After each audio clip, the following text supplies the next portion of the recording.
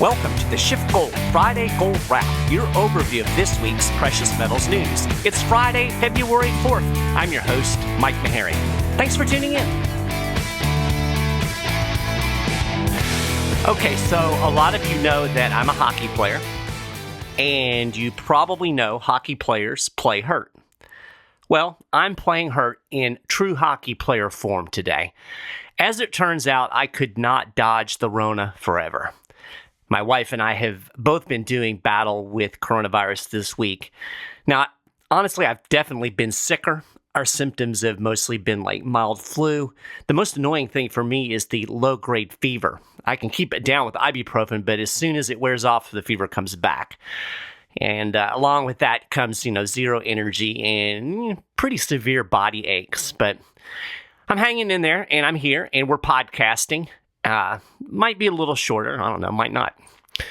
At any rate, I want to talk about something that kind of made the news this week. I mean, in my mind, it was a much bigger deal than the mainstream made it out to be. I'm talking about the national debt. On January 31st, the national debt pushed above $30 trillion. The U.S. government ran up debt at breakneck speed after raising the debt ceiling back in December. Here's a little context for you. The national debt just broke through $29 trillion on December 16th. In other words, it took just 46 days for Uncle Sam to add another $1 trillion to his massive pile of debt. Yes, I said 46 days. And if you want to back up and look at the longer timeline, it took less than 5 years for the national debt to grow from $20 trillion to $30 trillion. So if you average that out over the last 5 years, the federal government is running up basically $2 trillion in new debt every single year. Now, a lot of people will blame the pandemic and all of this stimulus spending, and that certainly sped up this debt freight train. But it's not like this is a new problem, right? Think back to 2019. That year, the Trump administration managed a nearly $1 trillion budget shortfall. We'd only seen deficits over $1 trillion 4 times at that point, all during the 2008 financial crisis and its aftermath. Trump's nearly $1 trillion deficit happened when the economy was supposedly booming. So the real story is the U.S. government has a very big spending problem. And there's no end to the borrowing and spending in sight, right? Despite a monthly record in receipts to the U.S. Treasury, the federal government still managed to run a deficit in December. That month alone, the federal government spent $508 billion. That's $500 billion spent in a single month. It was the highest December spending level ever. Through the first 3 months of fiscal 2022, the federal government had already spent $1.43 trillion. That's a record for the first quarter of any fiscal year, according to Reuters. Now, there's even more spending coming down the pike, right? Congress has already passed a massive infrastructure bill. For the time being, the Build Back Better bill has stalled, but there is no doubt the Democrats will come up with another plan, or they'll strong-arm Joe Manchin into getting on board with the plan.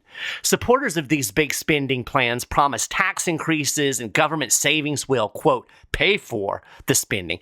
But it's almost certain tax receipts will fall far short of projections, and spending will be even higher than budgeted. I mean, that's how government always works, right? Think about it. When have you ever heard of a government spending program that came in under projections?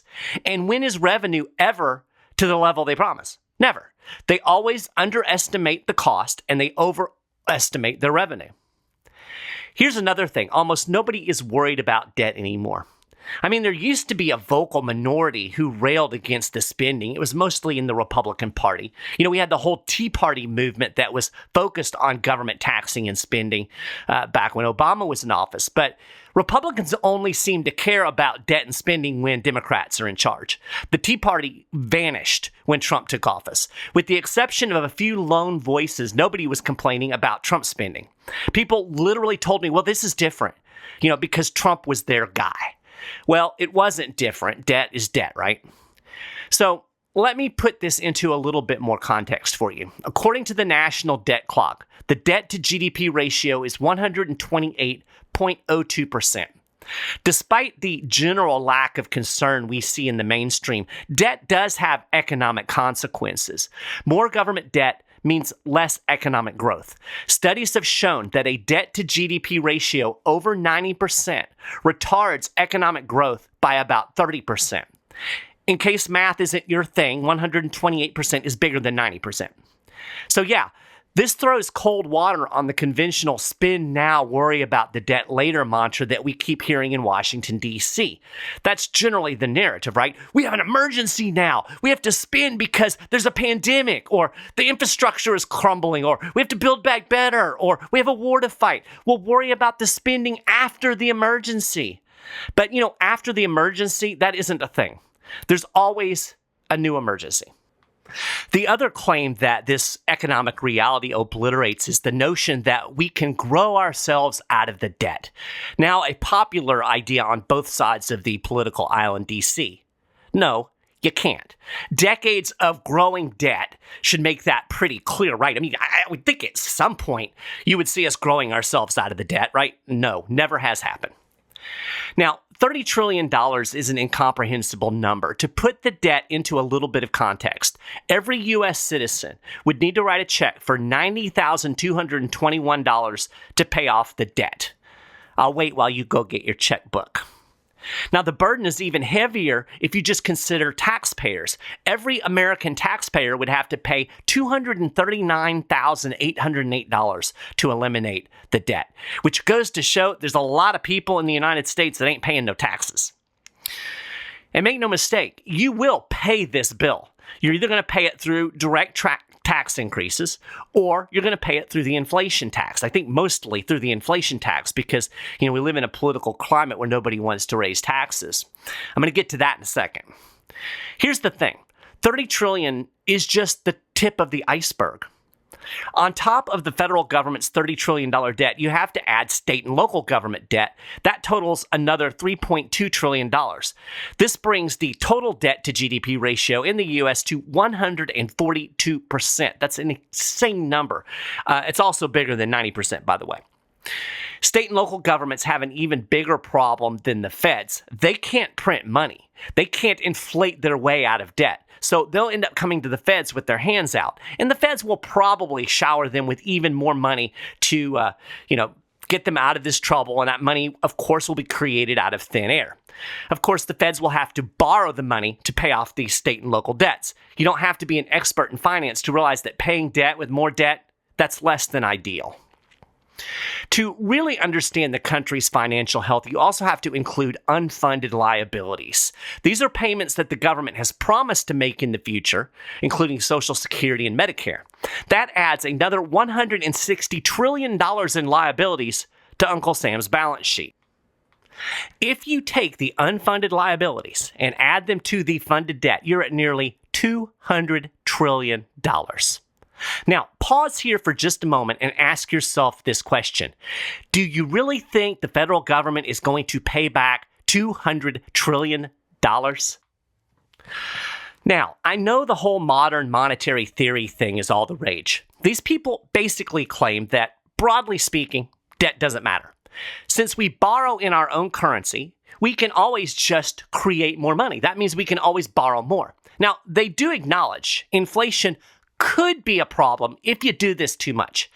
But nobody seems to know what exactly too much is, or at least they're not willing to define it.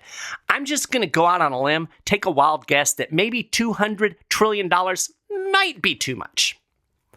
The problem is these people forget there is a bond market. I think they would prefer the Treasury just print money and do away with the whole process of selling bonds and issuing debt. But that's not how it works. So, you kind of got to account for how it works. And the way it works is the government sells bonds on the open market, and the Fed steps in and puts its big fat thumb on the bond market. It buys bonds with money printed out of thin air. We call this debt monetization. This creates artificial demand in the Treasury market and facilitates the U.S. government's debt financing. If the Fed wasn't buying all of these bonds, there wouldn't be enough demand out there to finance the government's borrowing and spending. Interest rates would soar, bond prices would crash. Since 2019, get this, the Fed has bought 4 times the number of Treasury bonds as all of the international bondholders combined. And it has been one of the biggest players in the Treasury market. In 2020, the Fed monetized more than 100% of U.S. government notes and 90% of all U.S. government bonds. Now, it slowed down a bit in 2021, but it's still buying a massive amount of treasuries. It still has its big fat thumb on the treasury market, and it's still facilitating this borrowing and spending. So you see the problem right here, right? The Fed is talking about cutting its bond buying program. It's even talking about shrinking its balance sheet. If the Fed follows through and pulls out of the bond market, who's going to take up this slack? And what happens if the Fed actually starts shrinking its balance sheet and dumping bonds into the open market? I'll tell you what'll happen. It'll crash the bond market. And if they play this game long enough, it's going to crash the U.S. dollar. You know, the U.S. government is kind of like that kid you knew in middle school who was always borrowing money at lunch. He always swore, "Oh, I'll pay you back." But he never seemed to get around to paying anybody back. And pretty soon, people wised up and he quit loaning him money. You know, people don't loan out money they know they're not ever going to get back.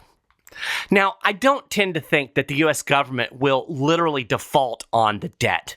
I think it's just going to keep paying people back in devalued dollars as it continues to inflate the money supply and borrow from new creditors. But, you know, that's the same death march. It's just slower. Nobody wants to get paid back in money that doesn't buy as much. If you loan somebody $100 and by the time you get it back, you can only buy $50 worth of stuff, well, you're not going to stay in that game very long either, right? The bottom line is this is nothing but a Ponzi scheme played with monopoly money. That's how Peter Schiff put it. I'm going to link to a podcast that he did in the show note page that talks about this. Basically, we're paying back old creditors with devalued money we borrowed from new creditors. And then we'll pay back the new creditors with some creditors down the road that we borrow from. It's just borrow and pay, borrow and pay. Well, that can't last forever. Or to use another analogy, it's like Jenga. If you've ever played Jenga before, you know that you can take a lot of pieces out of that Jenga tower, especially if you're strategic. But there's always a tipping point, right? That tower always falls over. That's always the end game. This monetary Jenga game is not going to end well.